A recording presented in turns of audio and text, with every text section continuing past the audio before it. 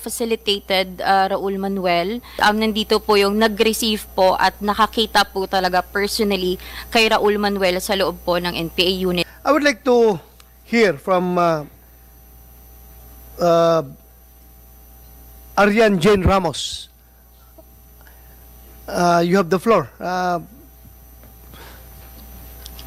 Share with us your thoughts. You have the floor.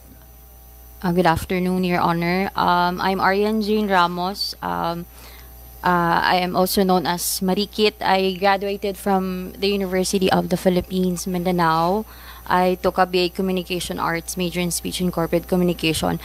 I was the chairperson of the Gabriela Youth in UP Mindanao, and also I was the Gabriela Youth.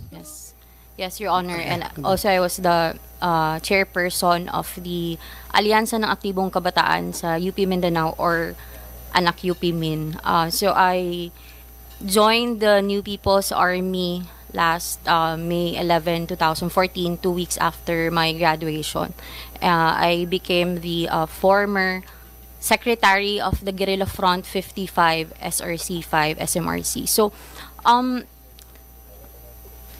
Kate and I, we have the same story. So parang ayoko na po yung paulit-ulit na lang po tayo, because we already know what is really happening sa mga universities, sa mga state universities and colleges when we talk about the CPP, NPA, NDF recruitment.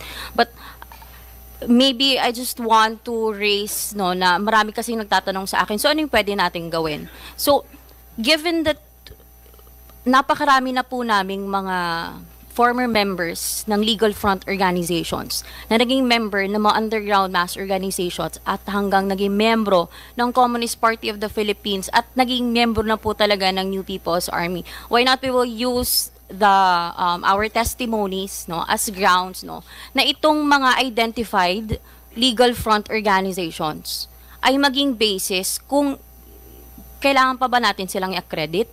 Kasi we always talk about the policies, nagawa na natin tong lahat, Bakit may nakakalusot pa rin? Because the Communist Party of the Philippines will never stop recruiting students dahil ang mga estudyante ang balunan ng mga politiko-military cadre sa CPP-NPA, It is the responsibility of the Communist Party of the Philippines to recruit students para ipagpatuloy yung People's Democratic Revolution. It is part of the indoctrination, and it is the responsibility again of the members of the Communist Party of the Philippines.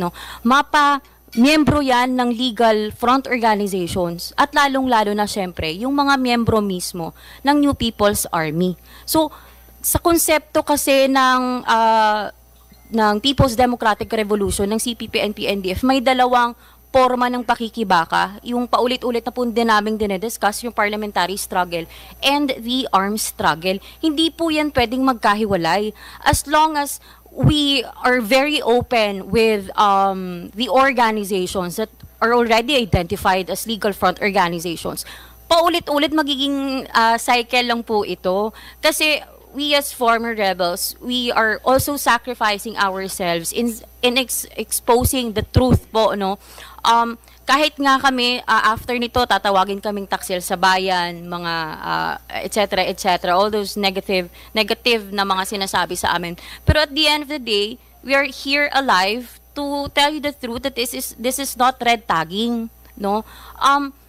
siguro yes, we recognize academic freedom, but academic freedom is not unlimited, We want to help you in creating a legislative bill, that will not infringe the academic freedom of the institution, and of course, the students' constitutional right.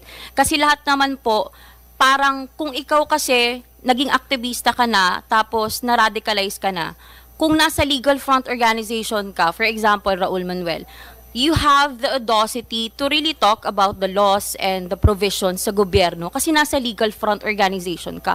But how about those people or those children na nasa loob mismo ng kilusan na hanggang ngayon ay members ng New People's Army? So, kung atin pong talagang, I mean, if we will really dig into the mechanisms ng CPP, NP, NDF, ang dalawang forma ng pakikibaka, napakataas pa po yan na, napakalalim po yan na scientific explanation, no? Pero kung tayo lang first, of course, paulit-ulit na po kasi kaming nagsasabi ng mga legal front organizations, pero why is it that until now we still recognize the legal front organizations, Anak Bayan, League of Filipino Students, Gabriel Youth, and even us, no, and of course yung ibang mga tao na they are blind about what is really the kung sino ba talaga yung mga tao na nasa loob ng Kabataan Party List, na nasa loob ng Gabriela, kasi patuloy nilang sinasabi na sila yung tumutulong sa mga tao. And later we will discuss to you, no, kasama ko po yung mga members ng indigenous people sa Talaigod, Manobo, and the former secretary of the SRC5 to really share to you what is really happening, no, doon talaga mismo sa kabundukan, na kung saan connected ito sa pagre-recruit, hindi lang doon sa mga kabataan na katutubo, kung hindi nagiging balunan ito para makapag-recruit ng mas marami pang mga kabataang estudyante, especially, no, sa Universidad ng Pilipinas at sa Polytechnic University of the Philippines. So, yun lang po. And of course, no, later we will also parang makonect na lang po namin lahat na at the end of the day po, no, kahit po na si University of the Philippines, si PUP, may mga ganitong palisiya, kung wala po tayong political will to really stop, no, or prevent the recognition of the legal front organizations, wala po tayong magagawa. And alongside with the prevention na hindi marekognisa ang mga identified legal front organizations, we are begging the government to really look into the welfare of the students, no, when it comes to education, dahil nakasaad naman po sa constitutional right natin na everyone, no, should have a quality and accessible education. Yun lang po, at maraming salamat. Thank you, Rian Jane Ramos. And I hope, kahit na sinasabi mo na paulit-ulit na lang, I hope huwag kayong magsawa na kahit na paulit-ulit yung sinasabi ninyo, because for all we know, yung paulit-ulit na pagsasabi niyo ng katotohanan ay magbubunga pa rin yan na kabutihan in the future. So we need perseverance to win this fight. Alam kong mahirap ito, kahit anong sabihin natin, unless we will be able to amend the Constitution at matanggal yung party list system, hindi talaga mawala yung mga party list ng komunista dyan sa lower house. Hindi talaga matanggal yan dahil it is provided for in the Constitution, yung kanilang participation. So, wala tayong magawa. Pero sige lang, tuloy lang tayo. Hintayin natin na ma-amend natin yung Constitution, at pag ma-amend ang Constitution, dapat tanggalin talaga yung party list system na yan dahil ang daming problemang binigayan sa atin. Lalong-lalo na yung mga makakaliwa na party list. Talagang sila talaga ang I don't need to explain. Alam naman ng lahat ng taong bayan yan kung anong papel ng mga tao na yan in the proliferation of the insurgency problem ng ating bansa. Sinahit mo nga kanina si Raul Manuel na ngayon ay congressman. Nandyan ngayon sa lower house. Kabataan party list yan siya under the party list system. And you said during the last hearing na kasama mo yan, nagre-recruit ng mga estudyante sa UP para maging armado. Sino ba sa inyo yung nagsabi na one time kasama, ikaw yung front committee chairman ng anong front yun? Nag-Guerrilla Front 55. Guerrilla Front 55. 55? Yung sinabi ko po last time was that I was the one who facilitated Raul Manuel, and you're very fortunate because nandito po yung nag-receive po at nakakita po talaga personally kay Raul Manuel sa loob po ng NPA unit, and she will discuss her story later po. Yeah, sino? Si Ida Marie Montero, former secretary po ng SRC5. Siya yung nag-receive doon. Yes. Kay Raul Manuel. Yes, Your Honor. Anong purpose ni Raul Manuel pagpunta doon sa mga kampo ng NPA? As a member of the Communist Party of the Philippines, he was tasked to for the revolutionary integration. Lahat naman po kami, yun yung pinagdaanan namin. So, I will just give it to Ma'am Edaf to explain. Si Ida Marie Montero. Yes, you have the floor. Please continue the discussion from Ariela Ramos. Magandang hapon po, Mr. Chair. Yes. Ako po si Ida Marie Montero, former secretary ng SRC5 ng SMR.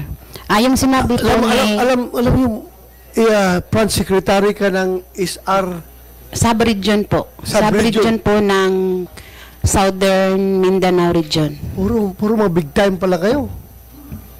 Ako noon, nung nasa sa serbisyo pa ako, hirap na hirap kong kalabanin kayo eh. Yung mga grupo ninyo, yung pag sinabi mong SRG, napakalaki yung armadong component yan. Hindi lang kumpanya, kundi aabot pa ng more than company size yung kalaban dyan sa yung SRG na yan. Ang dami kong taong namatay sa pagkikipaglaban sa inyo. Yung nauna pa sa inyo, yung sinusundan na lang ninyo. Grabe yung kwento inabot ko dyan. Anong area ninyo? Ano po, Davao City. See that? Davao City, part ng Davao del Norte at Bukidnon po. That's my playground.